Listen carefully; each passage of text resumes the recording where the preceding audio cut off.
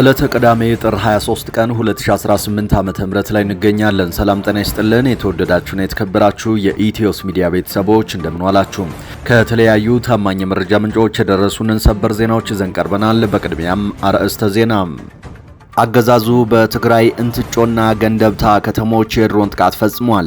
ንጋት ላይ በተፈጸመው በዚህ የድሮን ጥቃት ሙዝ፣ በርበሬና ዘይት የጫኑ አይሱዙ ተሽከርካሪዎች ተመትተዋል። በድሮን ጥቃቱ የተሽከርካሪው ሾፌር ሲገደል ረዳቱ መቁሰሉ ተነግሯል። አገዛዙ በአንድ ወቅት የድሮን ጥቃቶች ንጹሃንን ኢላማ እያደረጉ ነው በሚል ለቀረበለት ጥያቄ እያንዳንዱ የድሮን ጥቃት ተፈርሞና ተረጋግጦ ነው የሚፈጸመው ማለቱ ይታወሳል።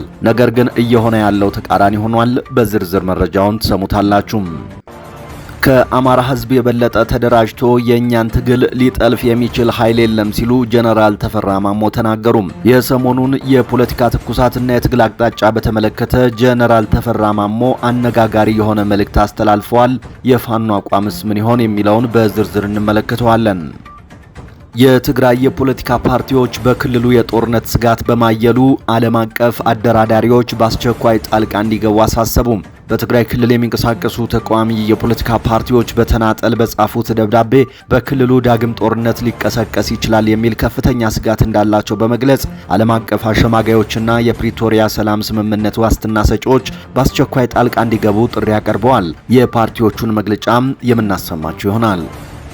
የአካባቢ ጥበቃ ባለስልጣን ከዛሬ ጀምሮ ፌስታል ይዞ የተገኘ ማንኛውም ግለሰብ ከ2000 ብር ጀምሮ ይቀጣል ሲል ያወጣው ማስጠንቀቂያ በወረቀት ላይ ሲታይ የተቀደሰ የአካባቢ ጥበቃ ዓላማ ያለው ይመስላል። ነገር ግን ሕጉ የኢትዮጵያን ወቅታዊ የኢኮኖሚ እውነታ ያላገናዘበም የደሃውን የመክፈል አቅም የረገጠ ሆኖ ተገኝቷል። በዝርዝር እንመለከተዋለን። በአሜሪካ በሺዎች ለሚቆጠሩ ኢትዮጵያውያን ታላቅ እፎይታ የሰጠ ዜና ተሰማም። የአሜሪካ ፍርድ ቤት የዲፖርቴሽን ውሳኔን ማገዱ ታውቋል። በጉጉት ሲጠበቅ የነበረውና በአሜሪካ ለሚኖሩ በሺዎች ለሚቆጠሩ ወገኖቻችን እፎይታን የሰጠ አስደሳች ዜናም ከዋሽንግተን ተሰምቷል። በዝርዝራችን የምናሰማችሁ ይሆናል።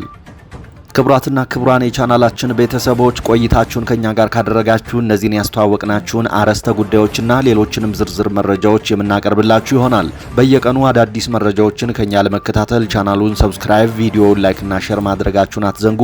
በቀጥታ ወደ መረጃው። ከአማራ ሕዝብ የበለጠ ተደራጅቶ የእኛን ትግል ሊጠልፍ የሚችል ኃይል የለም ሲሉ ጀነራል ተፈራ ማሞ አረጋገጡ። የሰሞኑን የፖለቲካ ትኩሳትና የትግል አቅጣጫን በተመለከተ ጀነራል ተፈራ ማሞ አነጋጋሪ የሆነ መልእክት ሰጥተዋል። በወቅታዊ ሀገራዊ ጉዳዮችና በህዝባዊ ትግሉ ዙሪያ ጥልቅ ምልከታዎችን በማድረግ የሚታወቁት ጀነራል ተፈራ ማሞ የአማራን ሕዝብ የትግል ጥንካሬና የውስጥ አደረጃጀት አስመልክተው ወሳኝ ነጥብ አንስተዋል። ጀነራሉ በንግግራቸው የአማራ ሕዝብ አሁን ላይ የሚገኝበት የንቁነትና የትግል ደረጃ በታሪክ ታይቶ የማይታወቅ መሆኑን ጠቁመዋል። ከአማራ የበለጠ ተደራጅቶ የእኛን ትግል ሊጠልፍ የሚችል ኃይል የለም ሲሉ የተደመጡት ጀነራሉ ትግሉን ከመስመር ለማስወጣት የሚሞክሩ የትኛውም አካላት ቢኖሩም የህዝቡ የውስጥ አንድነትና የዓላማ ጽናት ግን ለማንም የማይበገር መሆኑን በአጽንኦት ገልጸዋል። ይህ ንግግር በሰፊው የህብረተሰብ ክፍል ዘንድ ከፍተኛ መነቃቃትን የፈጠረ ሲሆን የትግሉን ቀጣይ አቅጣጫ የሚያመለክት እንደሆነ የፖለቲካ ተንታኞች እየገለጹ ይገኛሉ። ይህ መግለጫ የሚያሳየው ነገር ቢኖር ትግሉ በጠንካራ መሰረት ላይ የተገነባና በማንኛውም የውጭ ኃይል ተጽዕኖ በቀላሉ የማይናወጥ መሆኑን ነው። በኤርትራ ድንበር የድሮን ጥቃት ተፈጸመ።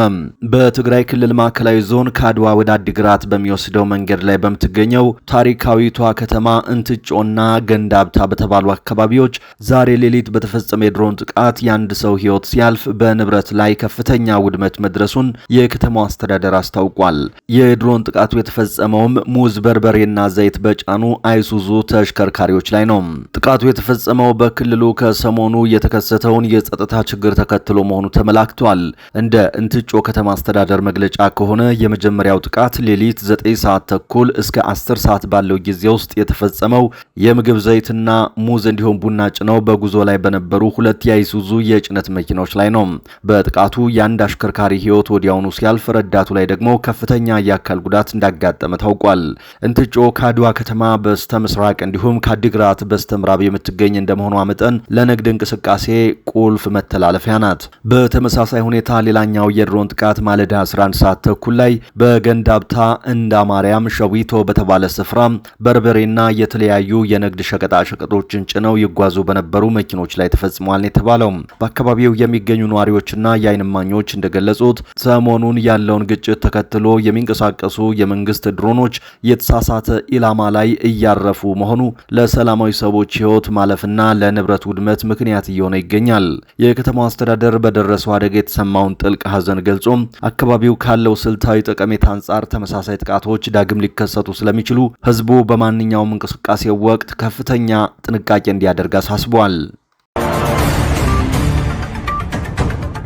የትግራይ የፖለቲካ ፓርቲዎች በክልሉ የጦርነት ስጋት በማየሉ ዓለም አቀፍ አደራዳሪዎች በአስቸኳይ ጣልቃ እንዲገቡ አሳሰቡም። በትግራይ ክልል የሚንቀሳቀሱ ተቃዋሚ የፖለቲካ ፓርቲዎች በተናጠል በጻፉት ደብዳቤ በክልሉ ዳግም ጦርነት ሊቀሰቀስ ይችላል የሚል ከፍተኛ ስጋት እንዳላቸው በመግለጽ ዓለም አቀፍ አሸማጋዮችና የፕሪቶሪያ ሰላም ስምምነት ዋስትና ሰጪዎች በአስቸኳይ ጣልቃ እንዲገቡ ጥሪ አቅርበዋል። ሳልሳይ ወያኔ ትግራይና የትግራይ ነጻነት ፓርቲ ለተባበሩት መንግስታት ድርጅት፣ ለአፍሪካ ህብረት፣ ለአሜሪካ፣ ለአውሮፓ ህብረትና ለፕሪቶሪያው የሰላም ስምምነት አደራዳሪዎችና ለሌሎች ዋስትና ሰጪ አካላት በጻፉት ደብዳቤ እየጨመረ የመጣው ፖለቲካዊና ወታደራዊ ውጥረት ደካማ የሆነውን የሰላም ሂደት ሊያናጋው እንደሚችል ስጋታቸውን ገልጸዋል። ሳልሳይ ወያኔ ትግራይ በደብዳቤው ክልሉ ሊቀለበስ በሚችል አደጋ ጫፍ ላይ ይገኛል ሲል ያስጠነቀቀ ሲሆን እየጨመረ የመጣው ወታደራዊ ፍጥጫ በህዳር ወር 2022 ዓ.ም በተፈረመው የፕሪቶሪያ ስምምነት የተገኘውን ሰላም ሊያፈርስ እንደሚችል አመላክቷል። ፓርቲው አክሎም ባለፉት ዓመታት በጦርነትና በሰብአዊ ቀውስ ውስጥ የቆየው የትግራይ ህዝብ አሁን ደግሞ ካለፈው እጅግ የከፋ ሊሆን የሚችል ሌላ ጦርነት ስጋት ተደቅኖበታል ብሏል።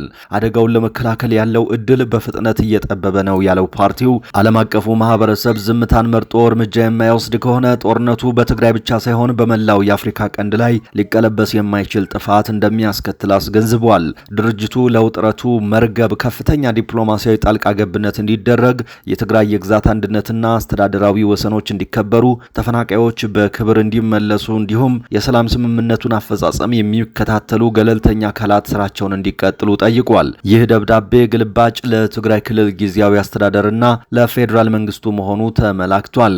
በተመሳሳይ መልኩ የትግራይ ነጻነት ፓርቲ በህወሓትና በመከላከያ መካከል ያለው ውጥረት እያየለ መምጣቱን በመግለጽ ይህም ለሰላም ስምምነቱ ከባድና ቅጽበታዊ ስጋት መሆኑን ገልጿል። የፕሪቶሪያው ስምምነት ግጭቱን በይፋ ቢያስቆምም አፈጻጸሙ ግን አዝጋሚ፣ ወጥ ያልሆነና በቂ ክትትል የማይደረግበት በመሆኑ አለመተማመን እንዲሰፍን ማድረጉን ፓርቲው አመልክቷል። አደራዳሪ አካላት በዝምታ መቆየታቸው ወታደራዊ እርምጃን እንደ አማራጭ ለሚመለከቱ አካላት ብርታት ሊሰጥ እንደሚችል አስታውቋል። ፓርቲው አሸማጋይ አካላት ከሚመለከታቸው ወገኖች ጋር በንቃት እንዲሳተፉ፣ በአንድ ወገን የሚወሰዱ ወታደራዊ እርምጃዎችን የሚከለክሉ ቀይ መስመሮችን በይፋ እንዲያረጋግጡ፣ የክትትልና የማረጋገጫ ስርዓቶችን እንዲያጠናክሩ፣ ለሲቪሎች ጥበቃና ለሰብአዊ እርዳታ አቅርቦት ቅድሚያ እንዲሰጡ እንዲሁም ስምምነቱን የሚያናጉ ድርጊቶች ሲፈጸሙ ተጠያቂነት በተገቢው መንገድ እንዲሰፍን ጥሪ አቅርበዋል።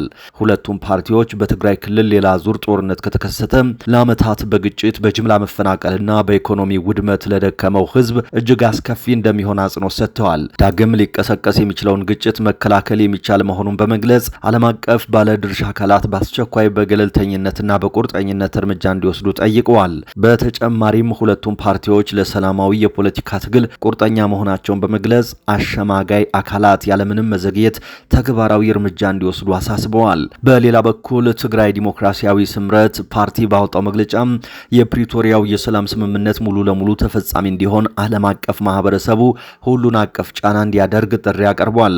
ፓርቲው በህወሓት ውስጥ የሚገኝ የወንጀል ቡድን ሲል የጠራው አካል ከባድ መሳሪያዎችን ያካተተ መጠነ ሰፊ ወታደራዊ ጥቃት ለመሰንዘር ዝግጅት እያደረገ ነው በማለት የከሰሰ ሲሆን ይህ ወታደራዊ ዝግጅት ወደ አማራና አፋር ክልሎች ሊዘልቅ እንደሚችልም ስጋቱን ገልጿል። እነዚህ መግለጫዎች የወጡት በሰሜን ኢትዮጵያ ያለው ውጥረት እጅግ በጨመረበት ወቅት ነው። የአፍሪካ ህብረት ኮሚሽን ሊቀመንበር መሐመድ አሊ የሱፍ ዛሬ በሰጡት መግለጫ ሁሉም ወገኖች ከፍተኛ መቆጠብ እንዲያሳዩና በከባድ መስዋዕትነት የተገኘውን ሰላም አደጋ ላይ ከሚጥሉ ድርጊቶች እንዲቆጠቡ አሳስበዋል። በትግራይ ክልል በተለያዩ አካባቢዎች በፌዴራሉ አገዛዝና በትግራይ ታጣቂዎች መካከል ግጭቶች መከሰታቸውን የሚጠቁሙ ዘገባዎች መውጣታቸውን ተከትሎ በክልሉ ያለው ስጋት እያየለ መጥቷል።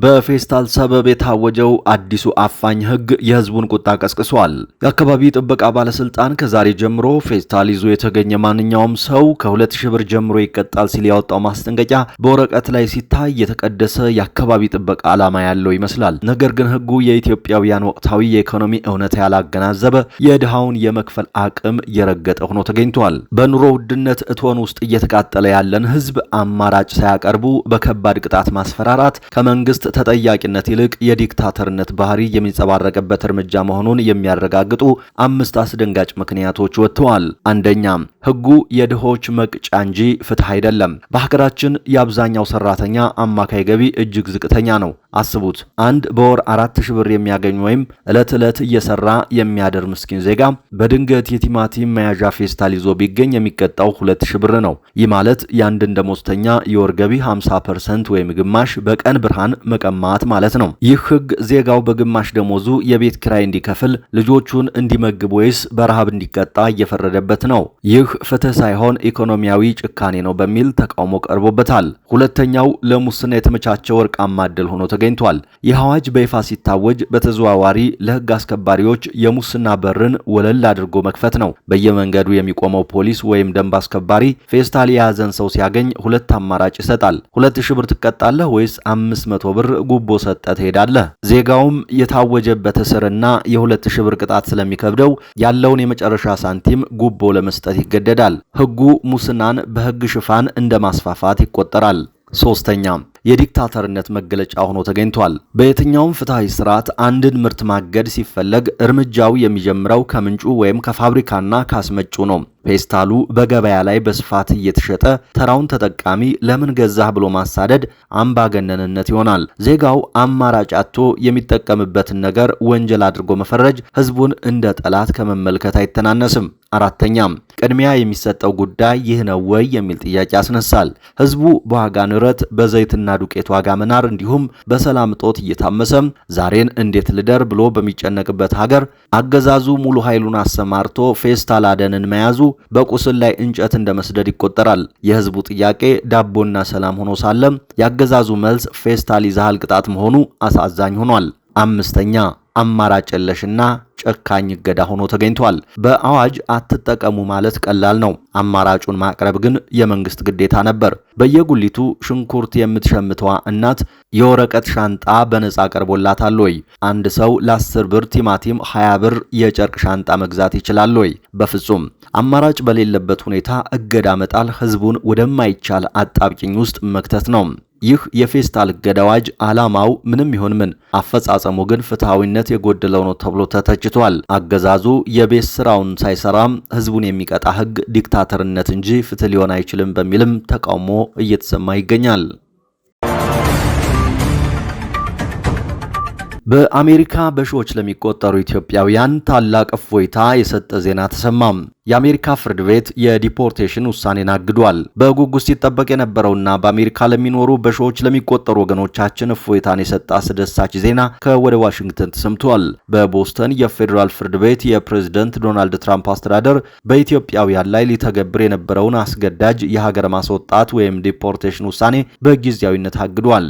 የፌዴራል ዲስትሪክት ዳኛ የሆኑት ብሪያን መርፊ ባስተላለፉት ወሳኝ የህግ ማዕቀፍ የአሜሪካ መንግስት ለኢትዮጵያውያን ተሰጥቶ የነበረውን ጊዜያዊ የህግ ከለላ ወይም ቲፒኤስ ላለማቋረጥ የነበረውን እቅድ ለጊዜው እንዲቆምና ተግባራዊ እንዳይደረግ አዘዋል። በዚህም መሰረት በኢትዮጵያ በነበረው የጸጥታ ችግር ምክንያት ወይም የቴምፖራሪ ፕሮቴክትድ ስታተስ ተሰጥቷቸው የቆዩ ከ5000 በላይ ኢትዮጵያውያን አሁን ባለው ሁኔታ ከአሜሪካ ምድር አይባረሩም። የትራምፕ አስተዳደር በኢትዮጵያ ሰላም ሰፍኗል በሚል ያቀረበው መከራከሪያ ከሰብአዊ መብት ተሟጋቾችና ከህግ ባለሙያዎች በቀረበው አስተማማኝ ደህንነት የለም የሚል ክስ ተሽሮ ጉዳዩ በፍርድ ቤት እስኪታይ እገዳው ጸንቶ ይቆያል። ዳኛው የሰጡት ይህ የጊዜያዊ እገዳ ውሳኔ በተለይም በአሁኑ ወቅት በሰሜን ኢትዮጵያ የጸጥታ ስጋቶች ዳግም እያገረሹ መሆኑን ተከትሎ ወገኖቻችን የህግ ከለላው እንዲራዘምላቸው ለሚያደርጉት የተጠናከረ የህግ ትግል ተጨማሪ አቅምና ተስፋ የሚፈጥር ሆኗል። የአሜሪካው ፕሬዝዳንት ዶናልድ ትራምፕ ኒኮላስ ማዱሮን ለመያዝ ዲስኮምቡሌተር የተሰኘ ሚስጥራዊ መሳሪያ ጥቅም ላይ መዋሉን ይፋ አደረጉም። የአሜሪካው ፕሬዝዳንት ዶናልድ ትራምፕ በቅርቡ በቬንዙዌላ ዋና ከተማ ካራካስ የተካሄደውንና የሀገሪቱን መሪ ኒኮላስ ማዱሮን በቁጥጥር ስር ያዋለውን ወታደራዊ ኦፕሬሽን አስመልክቶ አዳዲስ መረጃዎችን ሰጥተዋል። ፕሬዝዳንቱ ከኒውዮርክ ፖስት ጋር ባደረጉት ቃለ ምልልስ በጥር 3ቱ ወታደራዊ እርምጃ ወቅት ዲስኮምቡሌተር በሚል ቅጽል ስም የሚጠራ እጅግ ዘመናዊና ሚስጥራዊ የቴክኖሎጂ መሳሪያ ትልቅ ሚና መጫወቱን ገልጸዋል። እንደ ትራምፕ ገለጻ ይህ የቴክኖሎጂ ውጤት የቬንዙዌላን የአየር መከላከያ ስርዓት ሙሉ በሙሉ ከጥቅም ውጭ ያደረገ ሲሆን በተለይም ከሩሲያና ከቻይና ያስገቧቸው የሚሳኤል መከላከያዎች አሜሪካውያን ወታደሮች ወደ ስፍራው ሲገቡ ምንም አይነት ምላሽ መስጠት እንዳይችሉ አድርጓቸዋል። ፕሬዝዳንቱ በንግግራቸው የቬንዙዌላ ወታደሮች ቁልፎችን ቢጫኑም ምንም የሰራ ነገር አልነበረም፣ መከላከያቸው በሙሉ ደንዝዞ ነበር ብለዋል። ከኦፕሬሽኑ በኋላ ከማዱሮ ጠባቂዎች የወጡ መረጃዎች እንደሚጠቁሙት በወቅቱ የራዳር ስርዓቶች በድንገት ከመቋረጣቸው በላይ ወታደሮቹ ከፍተኛ የሆነ የድምጽ ሞገድ እንደደረሰባቸውና ይህም ለከፍተኛ የአካል ህመም፣ ለአፍንጫ ደም መፍሰስና ለእንቅስቃሴ መገታት ዳርጓቸዋል። የዘርፉ ባለሙያዎች እንደሚገምቱት መሳሪያው የኤሌክትሮኒክስ የጦርነት ስልትን ወይም ከፍተኛ የኃይል ሞገድን የሚጠቀም ሊሆን ይችላል። በአሁኑ ወቅት የቀድሞ የቬንዙዌላ መሪ ኒኮላስ ማዱሮ በኒውዮርክ ከተማ በሚገኝ የፌዴራል እስር ቤት የሚገኙ ሲሆን በአደንዛዥ እጽ ዝውውርና በሽብርተኝነት ወንጀል ክስ ተመስርቶባቸው የፍርድ ሂደታቸውን በመጠባበቅ ላይ ናቸው። ይህ ዲስኮምቡሌተር የተሰኘው መሳሪያ መነገሩ የአሜሪካ ወታደራዊ ስትራቴጂ ወደ ዘመናዊና ረቂቅ የኤሌክትሮኒክስ የጦር መሳሪያዎች እየተሸጋገረ መሆኑን የሚያሳይ ነው ተብሏል። የተወደዳችሁ የኢትዮስ ሚዲያ ቤተሰቦች ለዚህ ሰዓት የያዝናቸው አዳዲስ መረጃዎች እነዚህ ነበሩ። ከቆይታ በኋላ በሌሎች አዳዲስ መረጃዎች ድጋሜ እንጠብቃችኋለን። እስከዛው መልካም ቆይታ።